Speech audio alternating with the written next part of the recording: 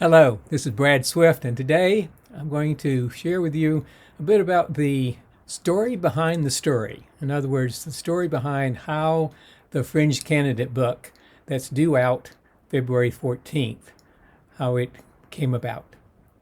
Now, I'm going to go back a few years. Prior to 2016, if someone had asked me what my political leanings were, I probably would have said something like, well, yeah. And when I couldn't avoid it, I'd say, I'm an inactive independent. And other than voting for major elections, I really don't get involved with politics. It's just not my thing. And then the 2016 election happened. And I was shocked by the results, as were many people.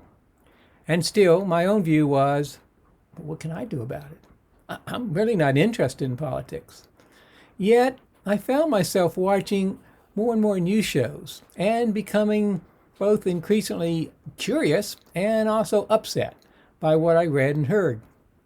I began to realize how much political decisions can affect our lives and shape our future, not only for me, but also for my daughter and for my eventual future grandkids. So I continued to watch and listen, as us authors tend to do. And what I saw and heard did not excite me in the least. I continued to be cynical and resigned by it all until this past year, when a woman I had interviewed in 1997 as a freelance writer threw her name in the hat to become the next president of the United States. What? Really? How can that be? And yet it was true. Marianne Williamson, author and activist, became the 22nd Democratic candidate running for president. Interesting, I thought. And, well, that was about it. No big deal. Or at least that was my conclusion at the time. After all, I wasn't really into politics. It's just not my thing. Oh boy, was I ever wrong.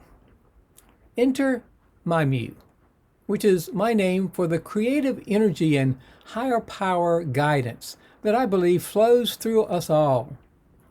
And the rest of the story is for next time. But in the meantime, I invite you to check out the Q&A interview. By the way, I'm writing a prequel to the Fringe candidate based in part on that personal experience. So, my Mew rides again.